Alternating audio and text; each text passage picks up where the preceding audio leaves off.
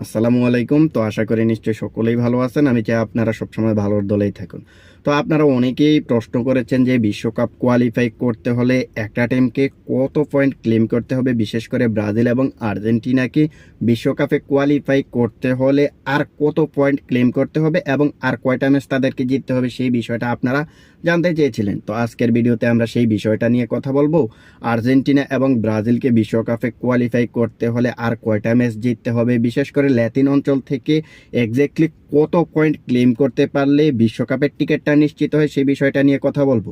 প্রথমত আপনাদের পয়েন্ট টেবিলের হিসাবটা একটু জানিয়ে রাখি যে 11 ম্যাচ শেষে আর্জেন্টিনা 22 পয়েন্ট নিয়ে 1 নম্বরে, 19 পয়েন্ট নিয়ে উরুগুয়ে 2 নম্বরে, আবার 19 পয়েন্ট নিয়ে কলম্বিয়া 3 নম্বরে, 4 নম্বরে আছে ব্রাজিল 17 পয়েন্ট নিয়ে, 5 নম্বরে ইকুয়েডর আছে 16 পয়েন্ট নিয়ে, তারপর তাদের পরেই কিন্তু প্যারাগুয়ে আছে আবারও 16 পয়েন্ট নিয়ে 6 নম্বরে, 7 নম্বরে আপনার ভেনিজুয়েলা, 8 নম্বরে বলিভিয়া, 9 নম্বরে পেরু এবং 10 নম্বরে চিলি। সো এটা হচ্ছে এবারের বিশ্বকাপ কোয়ালিফায়ার পয়েন্ট টেবিলের 11 নম্বর রাউন্ড শেষে টিমগুলোর অবস্থান। তো আপনারা তো এটা মোটামুটি জানেন যে কনমেবল অঞ্চলের প্রত্যেকটা টিমের 18টা করে ম্যাচ থাকে। ওই 18টা ম্যাচ থেকে অলরেডি প্রত্যেকটা দল 11টা করে ম্যাচ শেষ করে ফেলেছে।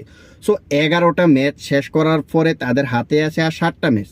আর ওই 7টা ম্যাচ থেকেই কিন্তু প্রত্যেকটা দলকে, যে 10টা দল রয়েছে ওই 10টা দলকে যা করার তা করতে হবে। সো এখন প্রশ্ন হচ্ছে ব্রাজিল আর্জেন্টিনার যেহেতু 7টা ম্যাচ রয়েছে, তাদেরকে আর কয়টা ম্যাচ জিততে হবে, কয়টা পয়েন্ট ক্লেম করতে হবে। দেখুন, এবার কনমেবল অঞ্চল থেকে কিন্তু টোটালি 6টা টিম বিশ্বকাপে যাবে। এর আগে 4টা টিম যেত, 5 নম্বরের থাকা টিমটা আন্তঃমহাদেশীয় প্লে অফ খেলে তারপরে বিশ্বকাপ খেলার সুযোগ করে নেওয়ার সুযোগ থাকতো। এবার হচ্ছে ডাইরেক্টলি 6টা টিম খেলবে, আর ওই 7 নম্বরে যে টিমটা থাকবে তারা আন্তঃমহাদেশীয় প্লে অফ খেলবে। ওইখানে তারা যদি টিকিটটা নিশ্চিত করতে পারে তাহলে 7টা টিম যাবে। সো এখন টোটালি ডাইরেক্টলি 6টা টিম যাবে। সো এখন 6টা টিম যে যাবে, ওই 6 নম্বরে থাকা টিমটার পয়েন্ট কত হবে ওইটার দিকে কিন্তু আমাদেরকে ফোকাস করতে হবে। কারণ 6 নম্বরে থাকা যে টিমটা থাকবে তাদেরই তো সর্বনিম্ন পয়েন্ট থাকবে, সর্বনিম্ন পয়েন্ট ক্লেম করে তারা বিশ্বকাপে যাবে। সো এখন 6 নম্বরে থাকা টিমটার পয়েন্ট যদি আপনি হিসেব করতে যান যে এত পয়েন্ট হলে বিশ্বকাপ খেলতে পারবে, সো সেই হিসেবটা যদি করতে যান তাহলে আমাদেরকে প্রিভিয়াস যে বিশ্বকাপের কোয়ালিফায়ার পয়েন্ট টেবিলটা আছে সেগুলা দেখতে হবে। 2006, 2010, 2014, 2018, 2022 বিশ্বকাপের পয়েন্ট টেবিলের 6 নম্বরে থাকা টিমটার দিকে ফোকাস করতে হবে। কারণ ওই বিগত বিশ্বকাপের পয়েন্ট টেবিলের 6 নম্বরে থাকা টিমগুলোর দিকে ফোকাস করলে আমরা বুঝতে পারবো যে আসলে তারা কত পয়েন্ট নিয়ে 6 নম্বরে ছিল। সো এখন আমরা যদি 2006 বিশ্বকাপের কথা বলি তাহলে কিন্তু দেখতে পারবো যে 2006 বিশ্বকাপের পয়েন্ট টেবিলের 6 নম্বরে ছিলেন কলম্বিয়া, যাদের পয়েন্ট ছিল 24 পয়েন্ট। এরপরে যদি আমরা 2010 বিশ্বকাপের কথা বলি তাহলে কিন্তু দেখতে পারবো যে ইকুয়েডর 2010 বিশ্বকাপে 23 পয়েন্ট নিয়ে 6 নম্বরে ছিলেন। আমরা যদি 2014 বিশ্বকাপের কথা বলি তাহলে দেখতে পারবো যে 2014 বিশ্বকাপে 6 নম্বরে ছিল ভেনিজুয়েলা, যাদের পয়েন্ট ছিল 20। আমরা যদি 2018 বিশ্বকাপের কথা বলি তাহলে দেখতে পারবো যে 2018 বিশ্বকাপে 6 নম্বরে ছিল চিলি, যাদের পয়েন্ট ছিল 26।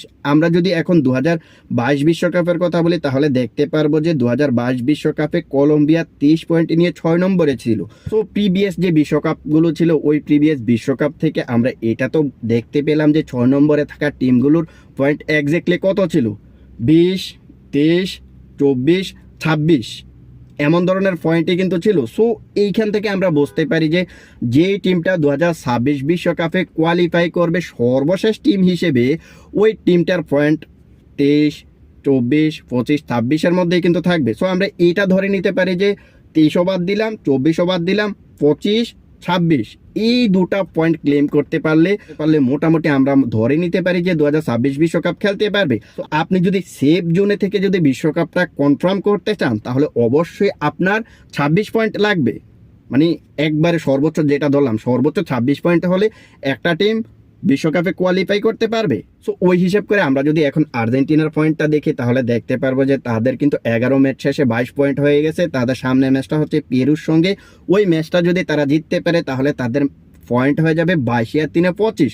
সো 25 পয়েন্ট হলে আপনি ধরে নিতে পারেন যে 2026 বিশ্বকাপ খেলতেছে আর্জেন্টিনা। আর এই 25 পয়েন্টেও যদি তাদের বিশ্বকাপটা নিশ্চিত না হয় তাহলে তাদের আর একটা ম্যাচ ড্র করলেই হবে, অর্থাৎ আপনি যদি এখন থেকে যদি আরও 7টা ম্যাচ দেখেন, ওই 7টা ম্যাচ থেকে আর্জেন্টিনা একটা ম্যাচ জয়, একটা ম্যাচ ড্র করতে পারলে তারা বিশ্বকাপে কোয়ালিফাই করে ফেলবে 26 পয়েন্ট নিয়ে।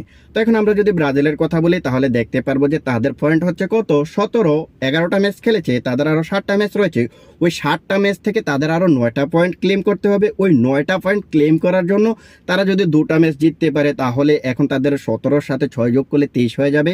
আর ওই বাকি 5টা ম্যাচ থেকে তারা যদি 3টা পয়েন্ট ক্লেম করতে পারে, 3টা ম্যাচ যদি ড্র করতে পারে, 2টা যদি হেরেও যায় তাতেও কোনো সমস্যা নেই। আর যদি ডাইরেক্ট যদি 3টা ম্যাচ জিতে যায় তাহলে তারা 2026 বিশ্বকাপে কোয়ালিফাই করতেছে, তাতে কোনো সন্দেহ নেই। এখন আমরা যে জিনিসটা বুঝতে পারলাম সেটা হচ্ছে 24 থেকে 26 পয়েন্ট ক্লেম করতে পারলে একটা টিম বিশ্বকাপ খেলতে পারবে, এটা মোটামুটি নিশ্চিত। আর যদি সেফ জোনে থাকতে যায় তাহলে 26 পয়েন্ট হলে অবশ্যই অবভিয়াসলি একটা টিম বিশ্বকাপে কোয়ালিফাই করতে পারবে, তাতে কোনো সন্দেহ নেই। তো এখন আপনারা আশা করি এটা তো বুঝতে পেরেছেন যে ব্রাজিল এবং আর্জেন্টিনার বিশ্বকাপটা নিশ্চিত করতে হলে তাদের আর কয়টা ম্যাচ জিততে হবে, এক্স্যাক্টলি কত পয়েন্ট হলে তারা বিশ্বকাপটা খেলতে পারবে। তো আজকের ভিডিওটা এখানেই শেষ করব, দেখা হবে অন্য কোনো এক ভিডিওতে। সেই পর্যন্ত ভালো থাকবেন, আল্লাহ হাফেজ।